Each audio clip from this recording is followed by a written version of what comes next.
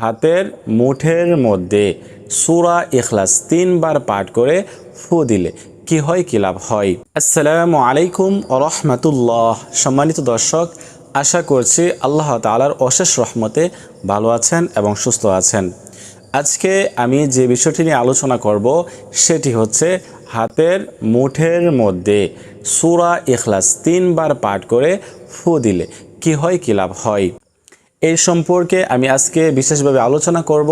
ভিডিওটি খুবই ছোট হবে, সম্পূর্ণ ভিডিওটি আপনারা দেখার চেষ্টা করবেন। আর যারা এই চ্যানেল নতুন আসছেন, এখনও পর্যন্ত চ্যানেলটি সাবস্ক্রাইব করেন নাই, আলোর কাফিলা চ্যানেলটি সাবস্ক্রাইব করে পাশে থাকবেন। এই চ্যানেলে আরও নতুন নতুন দোয়ার ভিডিও দেওয়া হবে ইনশাআল্লাহ। সম্মানিত দিনী ভাই ও বোনেরা, আমি আজকে যে বিষয়টি নিয়ে আলোচনা করব সূরা ইখলাস, কুল হুয়াল্লাহু আহাদ, এই সূরাটি, ছোট সূরাটি আপনারা যদি এভাবে আমল করতে পারেন বিশেষ লাভ রয়েছে, যা শুনলে আপনি অবাক হয়ে যাবেন।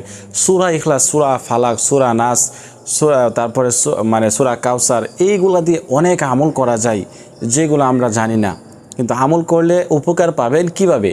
যদি আপনারা আমলটি সহি শুদ্ধভাবে করতে পারেন এবং ইয়াকিন এবং বিশ্বাস আল্লাহ তাআলার উপর থাকে যে আল্লাহ তাআলা অবশ্যই আমাকে দান করবেন, আমাকে দিবেন, আমি যদি আল্লাহ তাআলার কাছে চাই আমাকে অবশ্যই দিবেন।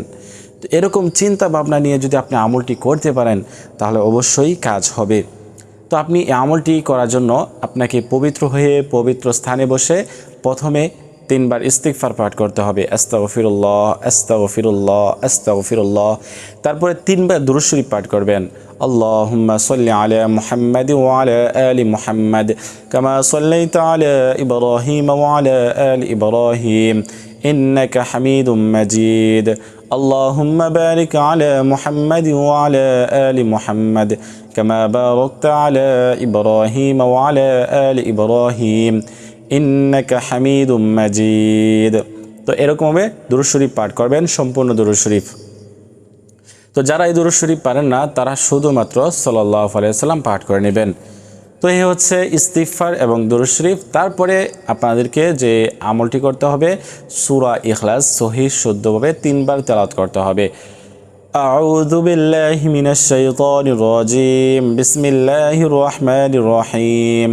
قل هو الله أحد الله الصمد لم يلد ولم يولد ولم يكن له كفوا أحد بسم الله الرحمن الرحيم قل هو الله أحد الله الصمد لم يلد ولم يولد ولم يكن له كفوا أحد। এরকমভাবে সূরা ইখলাস পাঠ করবেন। পাঠ করে শেষে 3 বার দুরূদ শরীফ পাঠ করবেন। তো পাঠ করে আপনি ওই যে হাতের মুঠের মধ্যে আপনি এরকমভাবে 3টি ফু দিবেন, এরকমভাবে 3টি ফু দিবেন। ফু দিয়ে আপনি ওই ব্যক্তির নাম, যে ব্যক্তিকে আপনি আপনার প্রতি আকৃষ্ট করতে চান, আপনাকে সে যাতে ভালোবাসে, ওই ব্যক্তির প্রিয় মানুষের নাম আপনি নেবেন, নিয়ে এখানে 3টি ফু দিয়ে আবার এভাবে ছেড়ে দিবেন। ঠিক আছে? এরকমভাবে নাম নিয়ে আপনি ছেড়ে দেবেন। আপনার প্রিয় মানুষ আপনাকে পাগলের মতো ভালোবাসবে, আপনার কাছে ফিরে আসতে বাধ্য হবে, আপনার কথা শুনতে বাধ্য হবে এবং আপনার প্রতি আকৃষ্ট হবে।